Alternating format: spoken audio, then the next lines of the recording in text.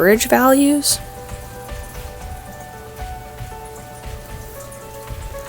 And an average is a single value that describes a list of values. So if all numbers in the list are the same, so if I have 12, 12, 12, 12, then the average is 12. That doesn't change.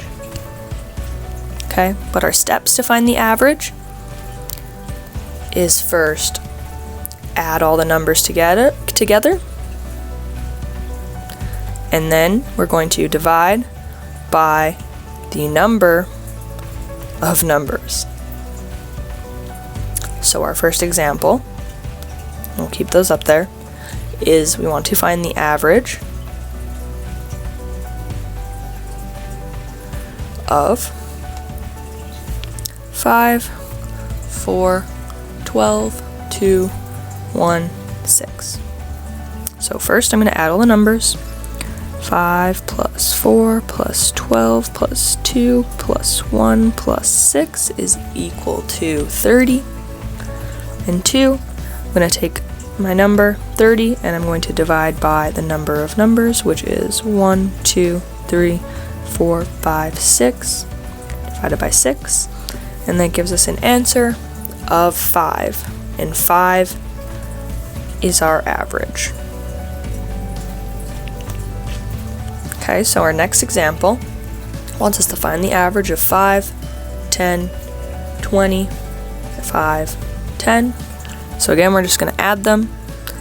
5 plus 10 plus 20 plus 5 plus 10 is equal to 50. And there are 1, 2, 3, 4, 5. So 50 divided by 5 is equal to 10, which is, again, our average. Perfect. So now looking at these two examples, we can come up with a general algebraic expression, and that would be average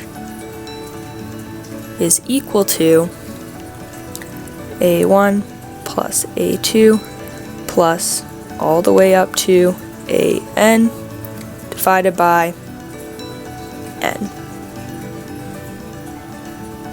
Okay, so that's all the topics we needed to cover today. And we're actually just going to get into some final examples to make sure that we're reviewing and fully understanding everything. So again, what we're going to do here is I'm going to write down the question. I'm going to pause for a moment, give you a time to answer the question on your own, and then I'm going to give the answer and the solution of how I would do it. So first question is going to be, we have a recipe that consists of 4 cups of flour, 2 cups of nuts, and 1 cup of water. We have a bunch of people coming, so we need to find out what 5 times the amount is. Okay, so quickly pause here, check out this question. I'll do it in a couple of seconds here. Okay, so we know that our original ratio is 4 cups of flour to 2 cups of nuts to 1 cup of water. And we want to take 5 times this. And now remember, to take 5 times of this is just multiplying everything by 5. 5 times 4, 5 times 2, 5 times 1, and that gives us 20 to 10 to 1. Oh, not to 1, to 5. Times 5 there. And that's our answer. Our next ratio question is, we have a class of 12 girls and 15 boys. First, I want the ratio of boys to girls. Then I would like the ratio of girls to boys. Following that, I would want the ratio of girls to the whole class. Actually, we'll call it C. and I want the ratio of boys to the whole class.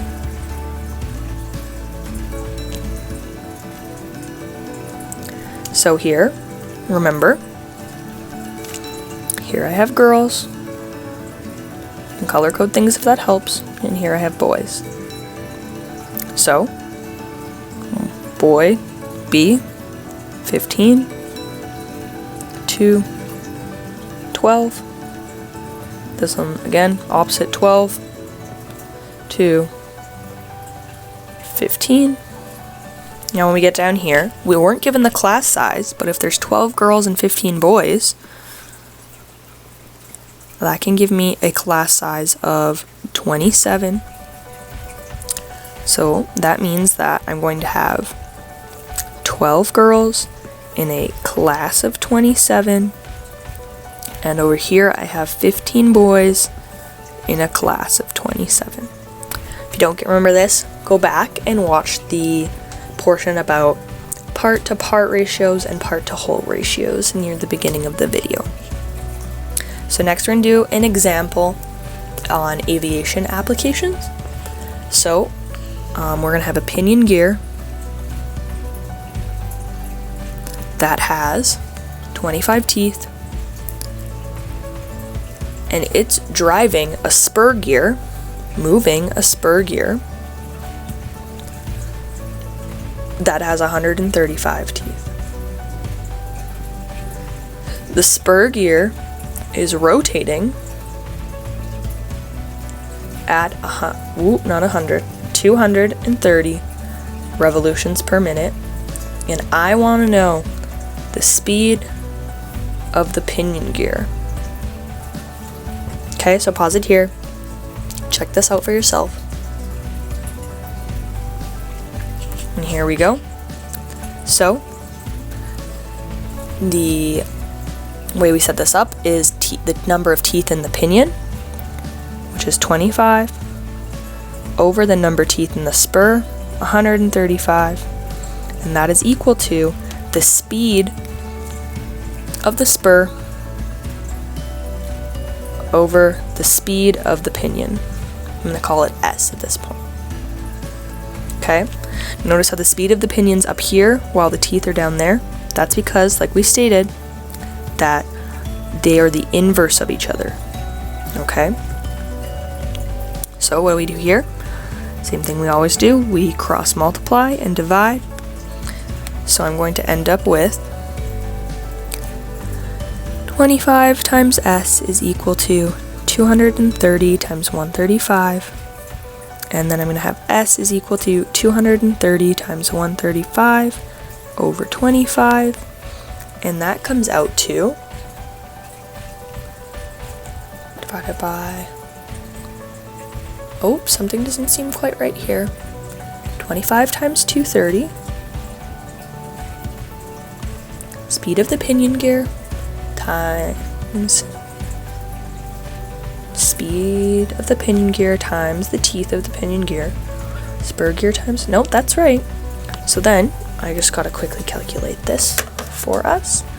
230 times 135 divided by 25 gives us a rotational value of 1242 RPM.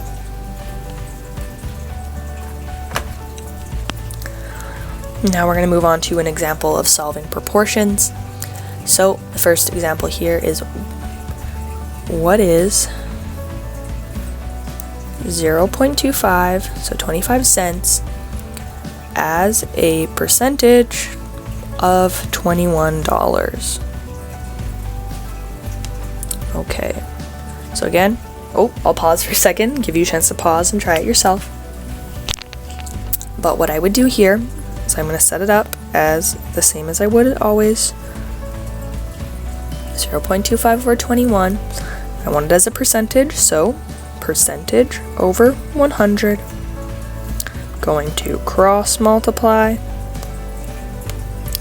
which is going to give me 0.25 times 100 divided by 21. Working a little bit faster on these questions now that I'm starting to understand them.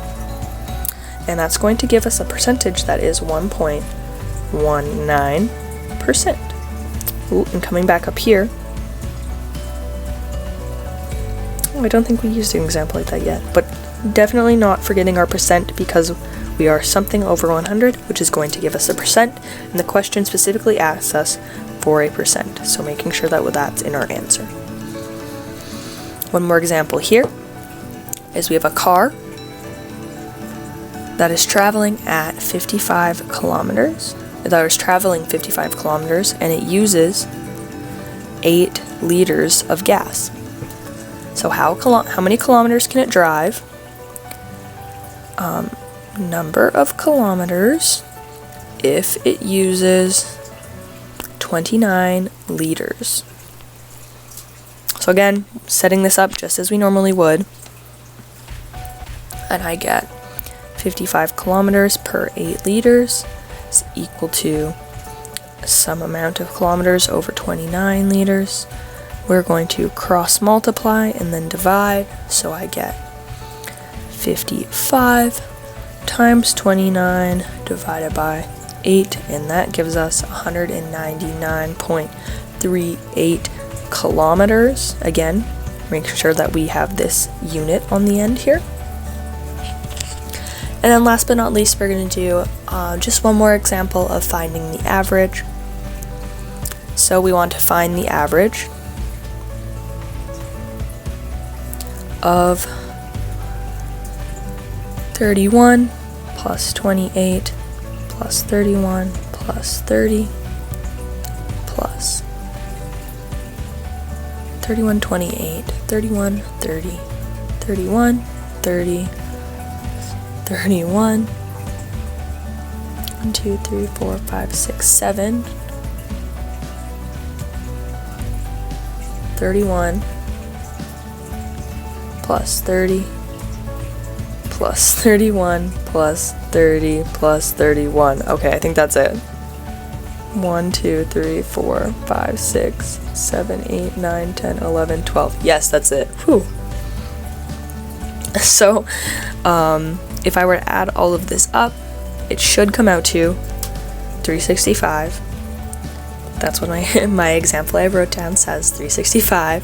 So if I messed up one of the values in here, whether it be that, I'm sure your answer is still correct, just making sure you're dividing by 12. Okay, maybe I'll put this in a different second step, because our second step is taking 365, dividing it by 12, and that gives us an answer of an average of 30.42, rounding to the second decimal. Okay, that's it for today. I hope that you understand this, and if not, I hope that you take the time to review this video, and so you can fully understand the concepts we have covered. Thank you for joining us, and enjoy the rest of your